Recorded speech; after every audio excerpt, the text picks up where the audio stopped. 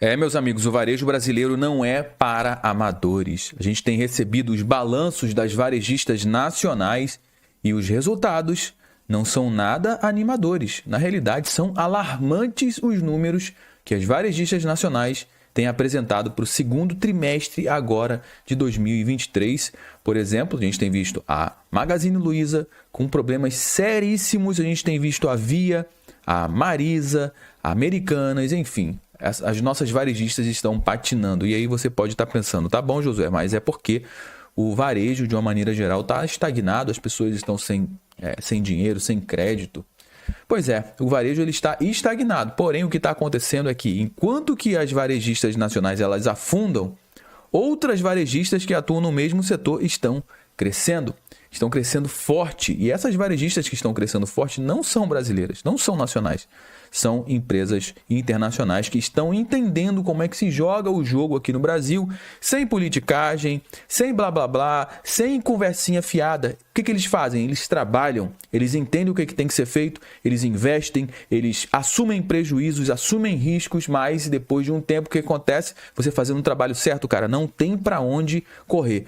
Sempre você vai colher os seus resultados, os seus frutos, e sempre vão ser bons frutos. E é isso que tem acontecido com as varejistas internacionais que atuam aqui no Brasil, em comparação com as nossas varejistas, as nacionais, que estão indo de mal a pior. Vamos entender o que está por trás desses balanços, desses números, para você saber como que anda o varejo brasileiro e para onde esse mercado ele vai caminhar. Você pode ter certeza, o varejo ele representa uma grande parcela do nosso PIB. Então isso aqui é algo que impacta diretamente na nossa economia e na nossa vida. Vamos lá, vamos entender o que está acontecendo. Antes de entrar a fundo aqui no conteúdo, eu vou pedir o seu like. Você que já confia no nosso trabalho sabe que a gente vai entregar um conteúdo show de bola.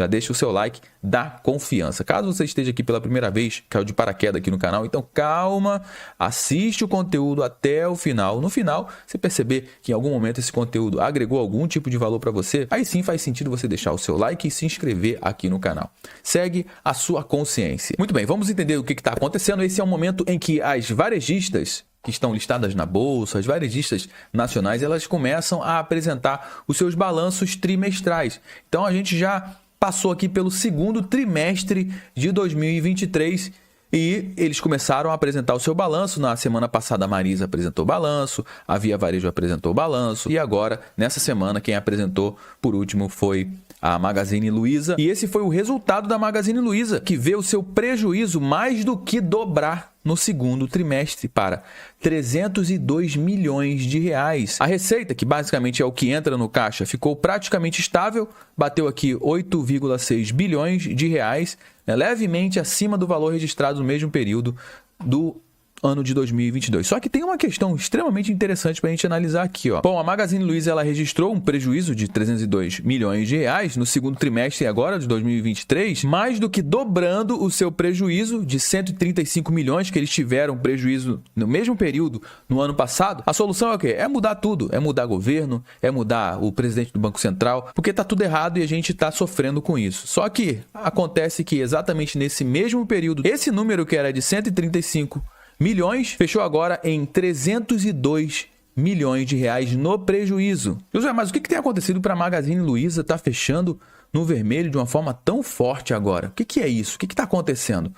Bom, basicamente o que está acontecendo é que as despesas financeiras da Magazine Luiza, elas estão aumentando, cara, mês após mês, dia após dia. E essas despesas basicamente são despesas com os empréstimos que a Magazine Luiza tem pegado para manter a sua operação no ar, pelo menos com as portas abertas. E se por um lado está aumentando aqui as despesas, por outro lado, o faturamento, as receitas, elas não estão crescendo, elas estão estagnadas. E você que cuida da sua casa sabe muito bem que se durante muito tempo as suas despesas, ou seja, o que sai é muito maior do que entra no seu salário, o que está entrando dentro do caixa da sua casa, você sabe que em algum momento isso vai dar um problema sério. E para piorar, olha o que está acontecendo com a Magalu. A dívida de curto prazo supera o caixa pela primeira vez desde 2016 e eu vou traduzir isso aqui para você entender a gravidade do que está acontecendo aqui. Presta atenção aqui e faz o cálculo junto comigo. Entrou no caixa da Magazine Luiza 8,1 bilhões de reais no segundo trimestre, sendo que 5,7 bilhões vão receber ainda, porque são recebíveis de cartão de crédito. Você vai receber parcelado. Então, se a gente tirar dos 8,1 bilhões da receita, esse número aqui, que é 5,7 bi, sobra 2,4 e aqui eles arredondaram para 2,5 bilhões. Ou seja, eu tenho 2,5 bilhões de reais no caixa imediato agora, nesse exato momento. Só que esse caixa de 2,5 bilhões, ele é inferior à dívida que é de 2,8 bilhões de reais. E o que o pessoal da Magazine Luiza está tentando fazer? Está renegociando essa dívida, está tentando colocar essa dívida mais para frente, parcelar novamente essa dívida para conseguir manter as portas abertas, porque a coisa está extremamente complicada para a Magazine Luiza. Agora, será que é só a Magazine Luiza que está com esse problema? Não, tem outras varejistas também que apresentaram seus balanços e está extremamente complicado também, olha só. Você conhece a Via, a antiga Via Varejo, que é a dona da Casa Bahia, do Ponto Frio? O que acontece? Eles anunciaram que tiveram um prejuízo de quase R$500 bilhão no segundo trimestre, apenas nesses últimos 3 meses de 2023. E, obviamente, eles anunciam um novo plano para manter as operações de pé. Só que o mais interessante é o seguinte, eles reverteram um lucro que eles tiveram no mesmo período, no ano passado, 2022, eles tiveram um lucro nesse mesmo período. Só que eles reverteram um lucro em um prejuízo de quase R$500 bilhão, cara. A mesma coisa está acontecendo com a Marisa, que teve uma alta. E você pensa, poxa, uma alta de 82,1%? Pois é, mas é uma alta de 82,1% no prejuízo, batendo aqui na casa de 63,4 milhões de reais de prejuízo nesse segundo trimestre de 2023. E aí você pode pensar, bom, o varejo no Brasil está muito complicado, as pessoas não estão comprando, está estagnado. Sim, está estagnado sim, porém, existem aqui algumas companhias que estão fazendo um excelente trabalho. Eu vou te trazer duas. A primeira, Mercado Livre. Para quem não sabe, o Mercado Livre é uma empresa argentina. E olha só o resultado que o Mercado Livre anunciou desse segundo trimestre de 2023, e esse resultado do segundo trimestre foi muito bom, do primeiro trimestre também foi muito bom. Mas olha só, Mercado Livre tem salto de 113% no lucro líquido no segundo trimestre de 2023. A receita líquida da empresa foi de 3,4 bilhões de dólares. E aí você pode pensar, tudo bem, faturamento é uma coisa, receita é uma coisa, mas e a lucratividade disso? Tá legal, aqui a gente vai ver qual é a lucratividade que o Mercado Livre teve. Uma lucratividade de 261 milhões de dólares. E se você converter 261 milhões de dólares para o real, vai dar mais de 1 bilhão de reais de lucro líquido que sobra depois que você paga todas as contas. Sabe qual é esse dinheiro limpo do caixa? Então, é exatamente esse que o Mercado Livre teve no segundo trimestre de 2023. E o Mercado Livre atua em qual segmento? No mesmo segmento que a Magazine Luiza, no mesmo segmento que a Via Varejo, no mesmo segmento que todas essas varejistas trabalham. Inclusive, o Mercado Livre anunciou que vai entrar na linha branca, vai começar a investir na linha branca, ou seja, geladeira, fogão, ar-condicionado, que é exatamente o forte da Magazine Luiza,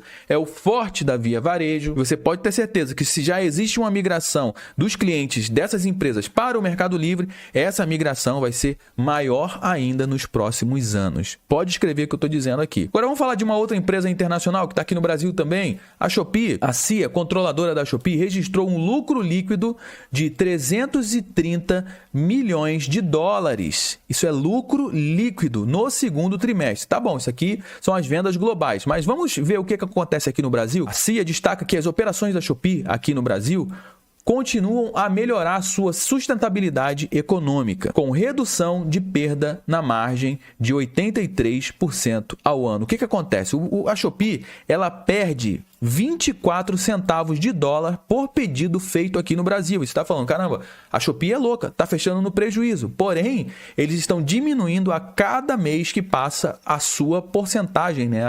a sua perda da sua margem. Isso significa que a Shopee investiu um bom dinheiro aqui no Brasil, tem investido ainda, só que o faturamento ainda não consegue bancar os seus investimentos. Ao longo do tempo, esse investimento que antes era prejuízo começa a entrar num ponto de equilíbrio e daqui em diante vai ser só lucro.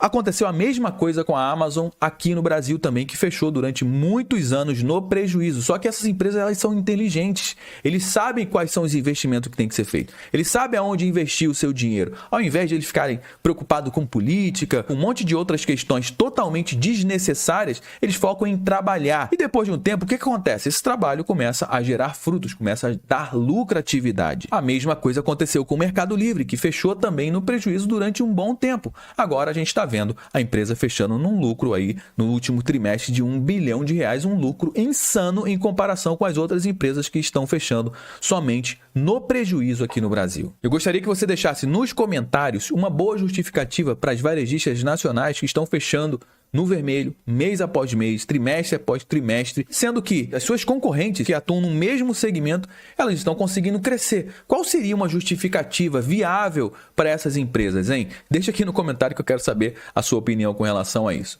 Se você assistiu esse conteúdo até o final e esse conteúdo agregou algum tipo de valor para você, deixa um like aqui nesse conteúdo e se inscreve aqui no nosso canal também, tá bom? Eu me chamo Josué Aragão e nos vemos no nosso próximo bate-papo.